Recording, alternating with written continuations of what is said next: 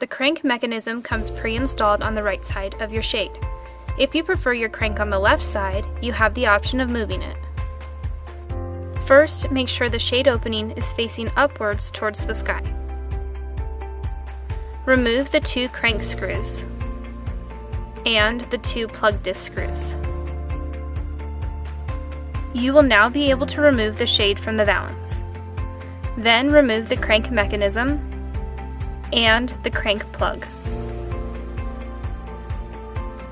Next, remove the plug disc and the plug with pin. Now move the crank plug and the crank mechanism to the left side of the shade. Insert the crank plug into the top tube. Move the plug with pin and plug disc to the right side of the shade. Insert the plug with pin into the top tube. Install the plug disc onto the right side of the valance using the plug disc screws. Then install the crank mechanism onto the left side of the valance using the crank screws. Make sure the ring is facing towards the front of the shade.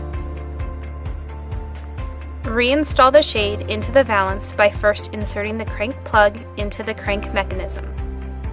Next, while pressing the pin in, insert the plug with pin into the plug disc. You may need to use a screwdriver to help lock it into place.